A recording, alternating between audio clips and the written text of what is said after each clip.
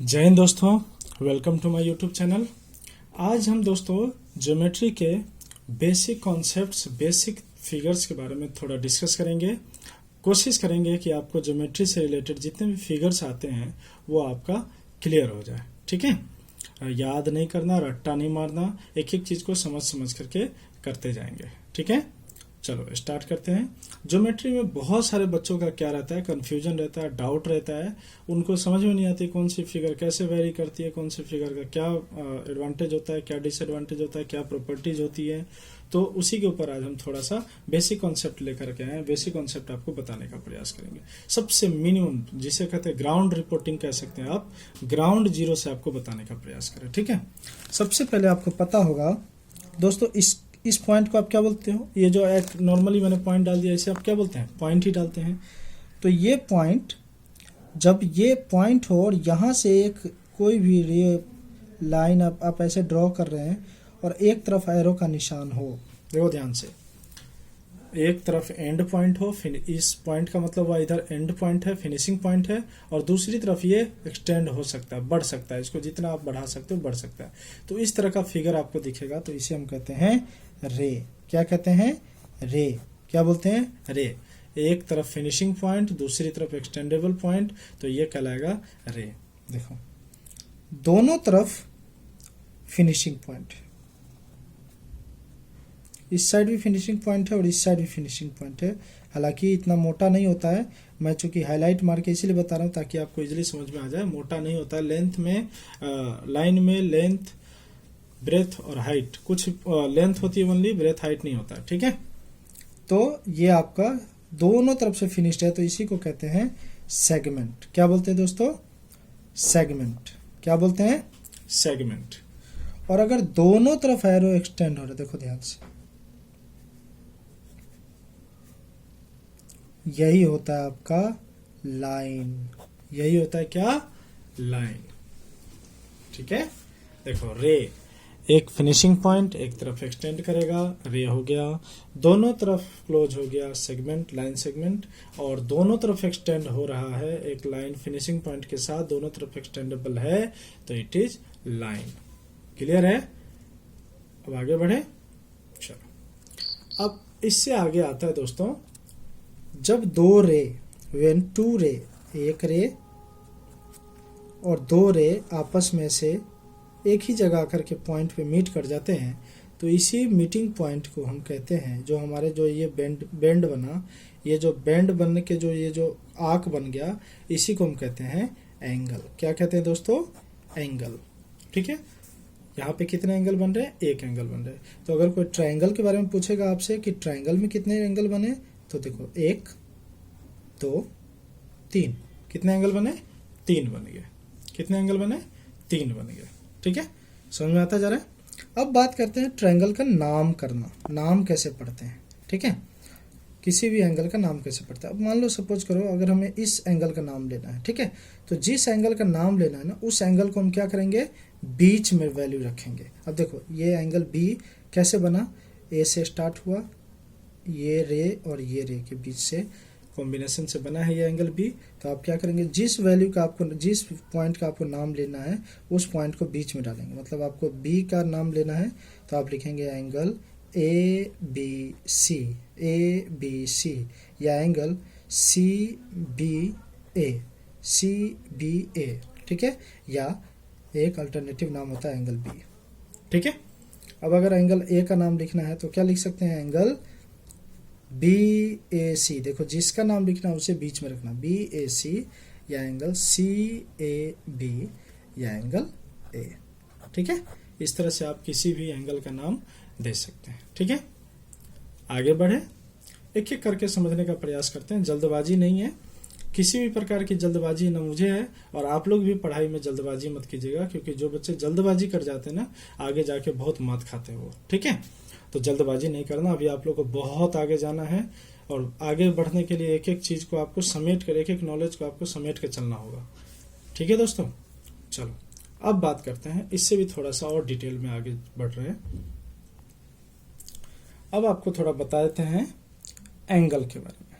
ठीक है, अभी हमने एंगल के बारे में बता दिया, तो एंगल के बारे में बता देते। देखो, एंगल में भी कई तरह के एंगल होते हैं। एक होता है एक्यूट एंगल, एक होता है ऑब्ट्यूज एंगल, और एक होता है राइट एंगल, स्ट्रेट एंगल। ठीक है, ध्यान से समझना। एंगल भी कई तरह के होते हैं, acute angle, obtuse angle, right angle, straight angle. ठीक है, और एक होता है रिफ्लेक्स एंगल। ठीक है, ध्यान से समझो। एक्यूट एंगल 90 डिग्री से क्या होता है, छोटा होता है। ठीक है, 90 डिग्री से छोटा होता है। ऑब्ट्यूज एंगल 90 डिग्री से बड़ा होता है, 90 डिग्री से बड़ा होता है। ऑब्ट्यूज एंगल 90 डिग्री से बड़ा होता है। Right angle equal to 90 degree होता है, मतलब 90 डिग्री के एंगल को हम कहते हैं राइट एंगल। 90 से ज़्यादा के एंगल को, 90 डिग्री से ज़्यादा और 180 से छोटा, इसे हम कहते हैं ऑब्ट्यूज एंगल। और 0 से 90 के बीच वाले एंगल को कहते हैं एक्यूट एंगल। और स्ट्रेट एंगल की वैल्यू होती है दोस्तों, स्ट्रेट एंगल 180 डिग्री होता है, और रिफ्लेक्स एंगल मोर देन 180 और लेस देन 360। ठीक है, मोर देन 180 और लेस देन 360। और एक कंप्लीट एंगल, मतलब यहाँ पे कोई ऑब्जेक्ट है और ये फुल राउंड मार गया, तो इसे हम कहते हैं कंप्लीट एंगल। ठीक है, या 1 रिवॉल्यूशन। क्लियर है, एंगल का डिटेल क्लियर हो गया। Acute angle less than 90 degree, obtuse angle more than 90 degree, right angle equal to 90 degree, straight angle equal to 180 degree, reflex angle 180 to 360 degree. अच्छा, एक चीज और आप लोग को बता दें, राइट एंगल को कॉम्प्लीमेंट्री भी बोलते हैं। कॉम्प्लीमेंट्री इसलिए बोलते हैं कि दो एंगल का सम अगर 90 डिग्री हो रहा है, किसी भी दो एंगल का सम 90 डिग्री हो रहा है, तो उसे हम कॉम्प्लीमेंट्री एंगल बोलते हैं। और किसी भी दो एंगल का सम अगर 180 डिग्री हो रहा है, तो उसे हम सप्लीमेंट्री बोलते हैं। क्या बोलते हैं दोस्तों, सप्लीमेंट्री। देखो, किसी भी दो एंगल का सम 90 डिग्री तो कॉम्प्लीमेंट्री, किसी भी दो एंगल का सम 180 डिग्री तो सप्लीमेंट्री। क्लियर है, एंगल्स का डिटेल पता चल गया, एंगल का नाम पढ़ना आ गया, रे, सेगमेंट, एंगल, लाइन बनाना आ गया, एंगल का नाम करना आ गया। ठीक है, अब हम थोड़ा उससे आगे बढ़ते हैं, ट्रायंगल के बारे में जानते हैं। ट्रायंगल से पहले समझ लेते हैं, ट्रायंगल पहले बताए थे, उसके बाद हम आपको पॉलीगन के बारे में बताएंगे इसी वीडियो में। ठीक है, थोड़ा आराम से देखते रहना, आपको एक एक चीज बहुत अच्छे से समझ में आ जाएगा। ठीक है, अगर आपको इसको डेफिनेशन लिखना है तो आप लिख सकते हैं, the angle which measures is less than 90 degree is called acute angle. The angle, an angle which measures is more than 90 degree is called obtuse angle. An angle which is equal to the 90 degree that is right angle. और right angle की पहचान होती है दोस्तों, ये बिल्कुल सीधा खड़ा रहेगा, सीधा ऐसा ग्राउंड के साथ कुछ इस तरह का फिगर बनाएगा, और इस तरह का सिंबल जो होता है वो 90 डिग्री को रिप्रेजेंट करता है। ठीक है, चलो अब बात करते हैं दोस्तों पॉलीगन। एक पॉइंट टॉपिक है polygon, a simple closed curve which is made up of only line segment. देखो, एक सिंपल क्लोज्ड कर्व होगा जो सिर्फ लाइन सेगमेंट से ही बन करके बना होगा, उसे हम कहते हैं पॉलीगन। ठीक है, simple closed curve, you can define a simple closed curve, a simple closed curve made up of only line segment। ठीक है, a simple closed curve made up of only line segment is called polygon। ठीक है, अब देखो ध्यान से, इसका example देकर के मैं बताया था आपको। पॉलीगन में मैंने बोला सिर्फ लाइन होगा, 1 2 3 4 5, सारे लाइन है। क्लियर है, नो डाउट, क्या है ये, लाइन सेगमेंट। बट अगर मैं बात करूं 1 2 3, क्या ये पॉलीगन होगा, नहीं होगा, क्योंकि इसमें क्या ऐड हो गया, कर्व पार्ट। ठीक है, आर्क टाइप का ऐड हो गया, तो ये पॉलीगन नहीं माना जाएगा। 1 2 3 4 पॉलीगन है, बिल्कुल है। ठीक है, बिल्कुल है, क्योंकि ओनली लाइन सेगमेंट इसमें यूज हुआ है। ठीक है, कुछ इस तरह का, कैसे भी आप बना लो, सिर्फ लाइन है तो पॉलीगन माना जाएगा। ठीक है, लेकिन पॉलीगन भी दो तरह के होते हैं। देखो, मैं इसीलिए इतना बेसिकली समझा रहा हूँ, क्योंकि बहुत सारे बच्चे को मैंने रिवील किया है कि उनके बेसिक कॉन्सेप्ट उनको पता ही नहीं होता क्या करना है। अब मैं जो बता रहा हूँ, इसका आप लोग रिवीजन करते रहना, कर लेना, तो आपको ज्यादा अच्छे से समझ में आ जाएगा। ठीक है, एक एक को टर्म को डिफाइन कर लेना, जैसे मैं बता रहा हूँ वैसे करके, और एक नोट्स टाइप का बना लेना। ठीक है, polygon a simple closed curve made up of only line segment is called polygon. Polygon कुछ इस तरह के होते हैं, बट ये पॉलीगन नहीं है, ठीक है, क्योंकि इसमें कर्व पार्ट ऐड हो गया, ठीक है। अब कर्व की बात करें, अगर मैं बात करूं कि ये आ गया और ओपन है, तो ये ओपन कर्व हो गया। कर्व तो है बट ओपन है, खुला रह गया। बट अगर ये आया, यूं आया और बंद हो गया, तो ये क्लोज कर्व हो गया, ठीक है। ये क्या हो गया? क्लोज कर्व हो गया, ठीक है। सिंपल क्लोज कर्व में आपको पता है कि अगर आपको सिंपल क्लोज कर्व बोलेगा तो नॉर्मली ये आया, ये आया, ये आया और ये आया, बंद हो गया, ठीक है। एक दूसरे के ऊपर ओवरलैप नहीं होना चाहिए, आपका पेन उठना नहीं चाहिए, पेन आपका उठना नहीं चाहिए, सिंपल क्लोज कर्व कहलाता है, ठीक है। अब बात करते हैं कि सर आपने बता दिया 1 2 3 पॉलीगन है, ये भी पॉलीगन है, ये आपका क्लोज कर्व है, ये आपका ओपन कर्व है, ठीक है। लेकिन मैं बता रहा हूं कि पॉलीगन भी दो तरह के होते हैं, पॉलीगन भी दो तरह के होते हैं। पॉलीगन कितने साइड के, कितने टाइप के होते हैं? दो टाइप के होते हैं। पहला रेगुलर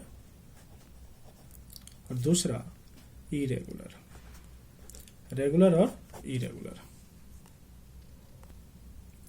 अब रेगुलर पॉलीगन क्या होता है दोस्तों? जिनके सारे साइड सेम होंगे। देखो सारे साइड, जैसे मैं बात करूं 1 2 3, इक्विलेटरल ट्रायंगल हो गया। अगर मैं सारे साइड इक्वल की बात करूं तो इक्विलेटरल ट्रायंगल है, तो ये क्या कहलाएगा? Regular polygon. रेगुलर पॉलीगन, ठीक है। लाइन सेगमेंट में होना चाहिए और सारे साइड सेम होना चाहिए, तो रेगुलर पॉलीगन। बट कई बार हो सकता है भाई कोई नहीं हो रेगुलर, कोई छोटा बड़ा निकल जाए, तो इसको कहते हैं हम इरेगुलर पॉलीगन। क्या बोलते हैं? Irregular polygon. देखो एक एक कॉन्सेप्ट क्लियर होता जा रहा है, समझ में आता जा रहा है, ठीक है। इरेगुलर पॉलीगन, ठीक है। चलो अब हम आते हैं थोड़ा सा इससे हट करके, थ्री साइड वाले पॉलीगन को हम क्या बोलेंगे? थ्री साइड वाले पॉलीगन को ट्रायंगल, ठीक है। क्या बोलेंगे? ट्रायंगल। फोर साइड वाले को क्या बोलते हैं? क्वाड्रिलेटरल। क्या बोलते हैं दोस्तों?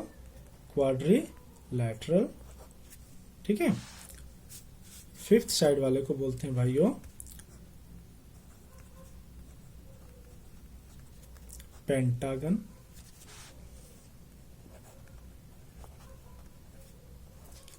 सिक्स साइड वाले को हेक्सागन। सेवन साइड वाले को हेप्टागन। एट साइड वाले को ऑक्टागन। नाइन साइड वाले को नोनागन। 10 साइड वाले को डेकागन, ठीक है। अभी आपको यहीं तक पढ़ना है। इसके आगे भी होता है मोनोडेका, डाइडेका, ट्राइडेका, टेट्राडेका, पेंटाडेका, हेक्साडेका, वो अभी आपको काम की चीज नहीं है, तो आप इतना तक ही समझेंगे, ठीक है। थ्री साइड वाले पॉलीगन को ट्रायंगल, 4 साइड वाले को क्वाड्रिलेटरल, 5 साइड वाले को पेंटागन, 6 साइड वाले को हेक्सागन, 7 को हेप्टागन, ऑक्टागन, नोनागन, डेकागन, ठीक है। अब बोलोगे कि सर 3 साइड वाले को ट्रायंगल देकर के आपने इतना स्पेस क्यों दिया? तो मैं आपको ट्रायंगल के भी कैटेगरी बताना चाहता हूँ सारे, ठीक है। देखो थोड़ा वीडियो आपको थोड़ा लॉन्ग लगेगा, लेकिन दोस्तों ये वीडियो पूरा अगर आप देख लेंगे तो आपके बेसिक कॉन्सेप्ट जो है ना ज्योमेट्री का, वो आपका लगभग ही क्लियर हो जाएगा, ठीक है। उसके बाद फिर आगे बढ़ेंगे तो क्वेश्चंस का बेसिक कॉन्सेप्ट क्लियर रहता है ना, फिर क्वेश्चन बहुत इजीली समझ में आ जाता है। तो ट्रायंगल के 3 कैटेगरीज देखो ध्यान से। ट्रायंगल भी 3 तरह के होते हैं। पहला होता है दोस्तों इक्विलेटरल ट्रायंगल। इक्विलेटरल ट्रायंगल, ठीक है। दूसरा होता है भाइयों आइसोसेल्स। क्या होता है? Isosceles triangle. और तीसरा होता है scalene triangle. Equilateral triangle, isosceles triangle और तीसरा स्केलिन ट्रायंगल। इक्विलेटरल आपको नाम से भी लग रहा होगा, इक्वल होगा कुछ ना कुछ, तो इसके सारे साइड देखो ध्यान से, सारे साइड्स इक्वल होते हैं। ऑल साइड्स आर इक्वल, ठीक है। और इसमें दोस्तों आइसोसेल्स में एनी 2 साइड्स आर इक्वल। और स्केलिन ट्रायंगल में होता है ऑल साइड्स आर डिफरेंट या अनइक्वल आप कह सकते हैं। ठीक है, क्लियर हो गया। Equilateral triangle all sides are equal, isosceles triangle two sides are equal, और scalene triangle all sides are different. ठीक है, अब बात करते हैं कि ट्रायंगल के तीनों एंगल का सम कितना होता है। तो दोस्तों ट्रायंगल के तीनों एंगल का सम, कोई भी ट्रायंगल हो, इनके तीनों एंगल का सम होता है 180 डिग्री।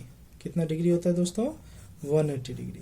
ठीक है, ये क्यों होता है, इसका भी एक फॉर्मूला होता है।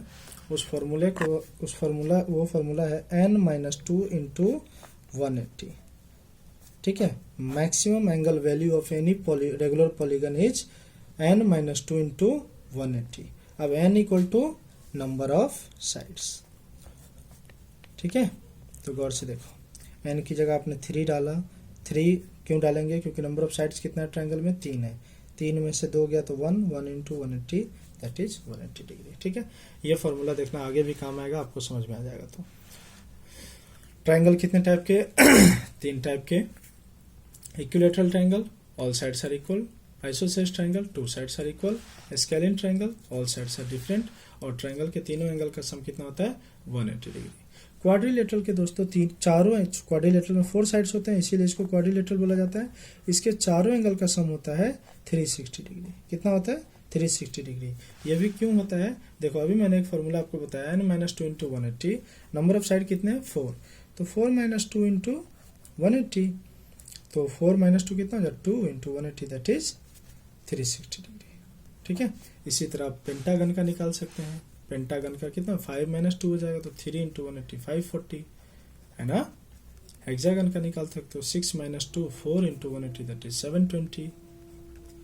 हेप्टागन का निकाल सकते हो, heptagon 7-2 into 180 that is 900।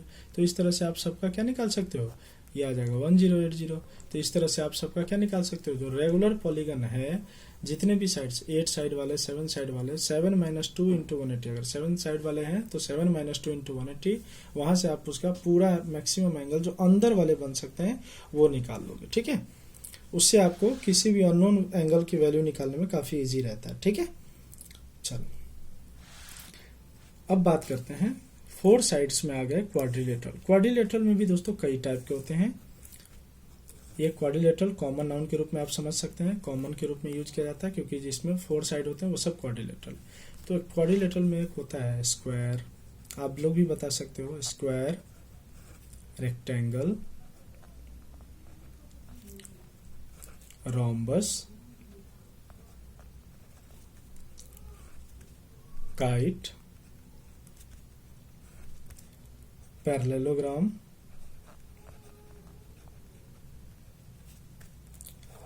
Trapezium.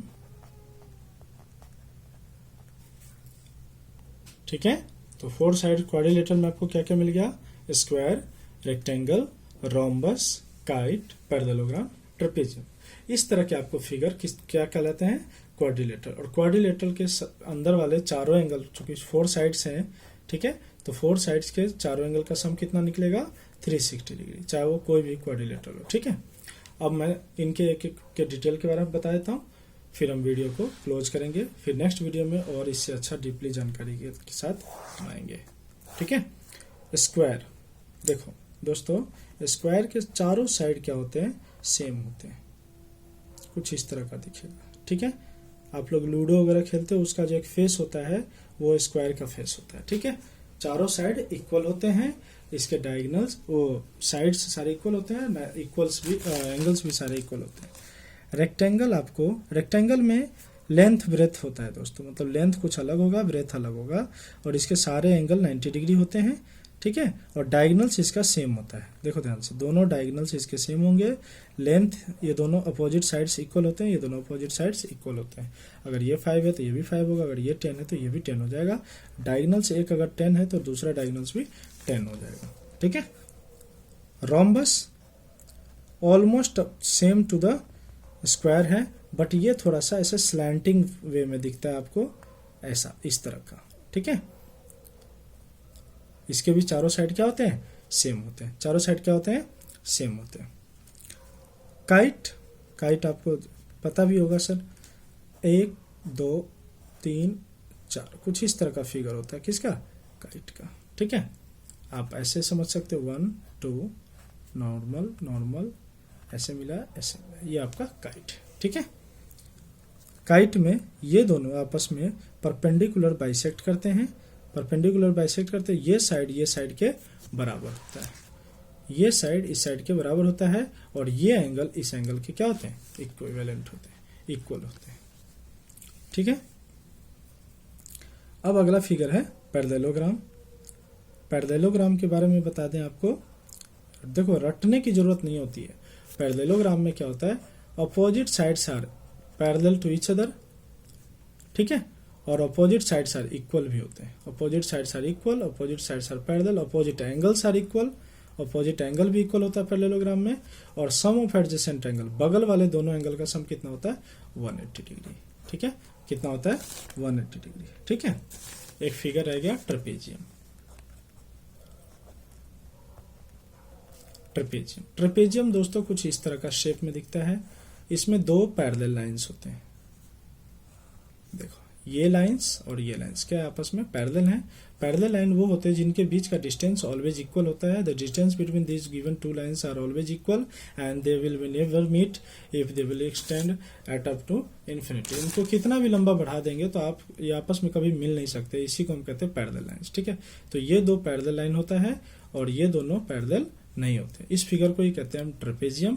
क्या बोलते हैं दोस्तों, ट्रेपेजियम। इसमें वन पेयर पैरेलल साइड होता है, बाकी नॉन पैरेलल साइड्स होते हैं। ठीक है, तो आई होप आपको ट्रेपेजियम तक का बेसिक कॉन्सेप्ट अच्छे से समझ में आ गया होगा। ठीक है, और इससे आगे का बेसिक कॉन्सेप्ट नेक्स्ट वीडियो में आपको बताएंगे। तब तक के लिए जय हिंद। आप लोग अपना ख्याल रखना और इसको रिवाइज करके अच्छे से नोट्स बना करके लर्न कर लेना प्लीज। Thank you.